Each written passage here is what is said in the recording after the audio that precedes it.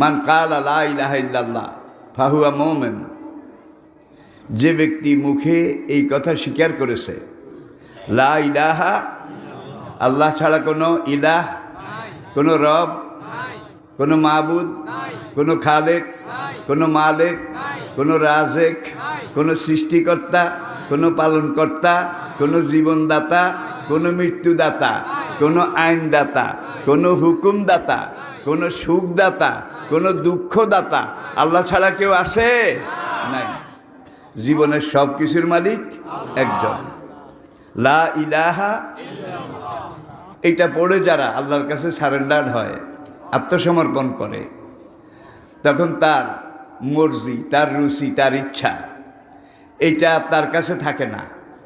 তার জীবনের পুরা মর্জি, তার জীবনের সব ডিমান্ড, সব কাজ আল্লাহর কাছে